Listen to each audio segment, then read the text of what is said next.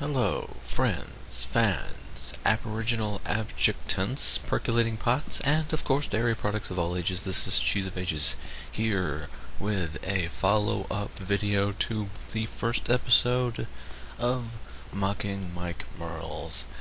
This is sort of a addendum rather than an episode 2 because this article that we're poking at, not necessarily poking fun at, is going to actually not be Mike Mearls. It's D&D Next Q&A, Rule of 3 archive, from Rodney, Thompson. The premise of this is they pick 3 questions from the community and then answer them. I chose to follow up this because it talks about the article I made fun of, and because it actually, it answers stupid questions, honestly. First question, group stealth, while simplified, which it isn't, actually, still seems to have the basic problem of the armor-wearing or clumsy guys making it impossible for the group to hide. Are there aspects of the group stealth rules that address this? Long story short, no. They are talking about things that, like the rules for group stealth, are exactly the same as it's always been. That's why it's not while simplified. Everyone did it that way. In every previous edition, everyone rolled that way. There's no change. And they are not actually doing a damn thing about it, as this paragraph says. Yeah. They didn't do anything to change the group stealth rules, and they're not doing anything to fix the problems with existing group stealth rules. Congratulations, Wizard of the Coast. You've introduced a mechanic that has always existed, and it said it was a new thing, and done nothing to fix existing problems. Mind you, there's not really anything you can do to address, there's not anything you should address, actually, about, clumsy or heavily armored dudes being bad at stealth. I mean, why should you? They're bad at stealth. Why should them being bad at stealth be mitigated in any way? I could get behind maybe,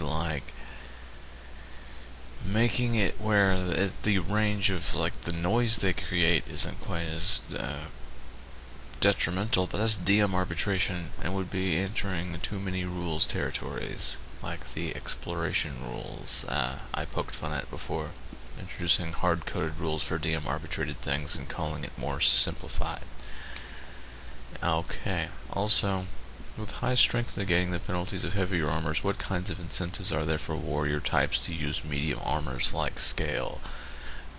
And summary of the paragraph, there's no reason for them to do that because we're not trying to specifically incentivize using a lower tier of armor. But if you use medium armor and lower is for people that don't have high strengths.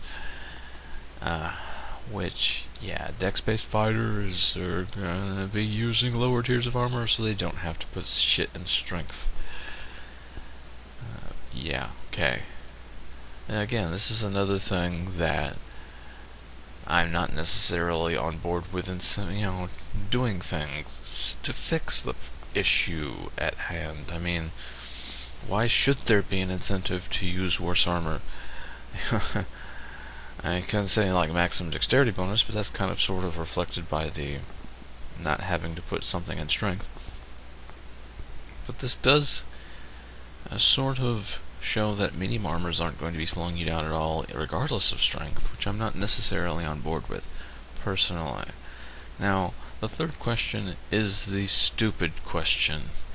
Are the changes to extra actions meant to discourage rogues from using two-weapon fighting? Of course fucking not! It's meant to freaking not, to make it where you can't use 16 extra actions in a turn just because you multiclassed.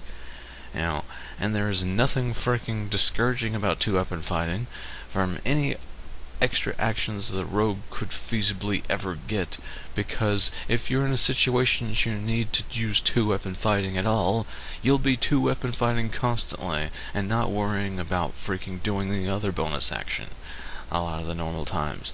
And if you need that other bonus action more than you need the attack, you're going to be doing that and not having an issue with it. I don't see the problem here. Why would this obviously balanced, oriented thing that adds tactical consideration to the combat system, if nothing else, be meant to discourage rogues from using two-weapon fighting? Why did they dignify this stupid as hell question with an answer? You could summarize the answer for this question in 1-2 sentences, maybe. Of course fucking not. Are you stupid? We just don't want you to be taking 5 extra actions a turn. We want you to actually have to think and not just take class levels out the ass and be able to do 3 turns at once. Of course we're not trying to discourage you from two-weapon fighting, you fucking moron. Anyway, there's not necessarily a hell of a lot to poke fun of in this Rule of 3 article. This is just more poking fun at Mike Mearls, actually, because all of this is based around stuff that was from his article. So yes, not really a full new episode of Mocking Mike Mearls, more of a 1.5. So I won't be labeling this as episode 2. Okay, so anyway, this is going to be Cheese of Ages signing off. My next video will probably not be a Mocking Mike Mearls episode, because these things will not be coming out on a consistent basis, because Mike Mearls doesn't always, post utter stupidity, just most of the time. I kid.